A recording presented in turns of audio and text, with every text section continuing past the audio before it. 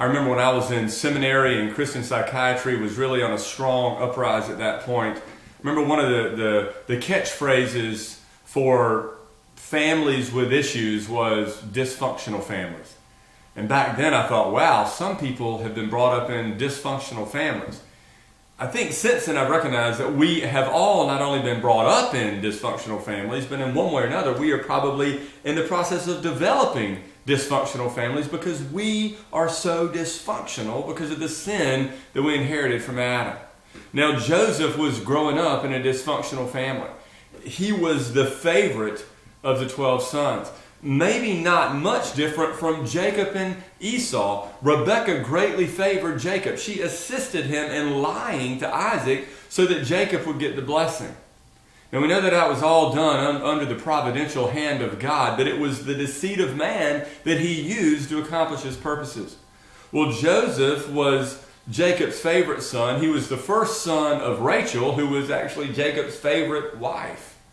And so Joseph was thrown into a difficult situation because his father favored him.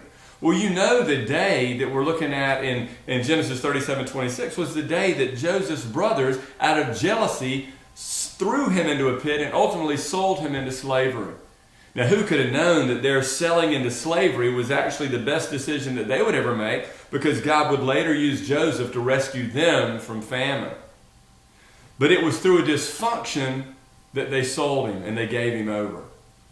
I want you to understand something. Families are difficult. I mean, you learn that every Christmas and at every birthday and every Thanksgiving that families are difficult. That there are some family members that you just really love, and there's perhaps some family members that you don't love quite as much. God has called you in the Scriptures to live at peace with all people. As a matter of fact, it says in the book of Romans that we're to make every effort possible, as far as it depends upon us, to be at peace with all men and women. Look, that includes your family. You need to pursue peace with every member of your family, regardless of circumstances, regardless of past history. Even if there's deep pain and deep dysfunction, I encourage you, I exhort you with the Word of God to make peace with those who are at odds with you and make peace with those who you can no longer comfortably speak to. Not only has God called you to do that, but He's strengthened you to do that. Would you, with the strength of Christ, in obedience to God, see to it that you are at peace with everyone that God has put in your life, including your family?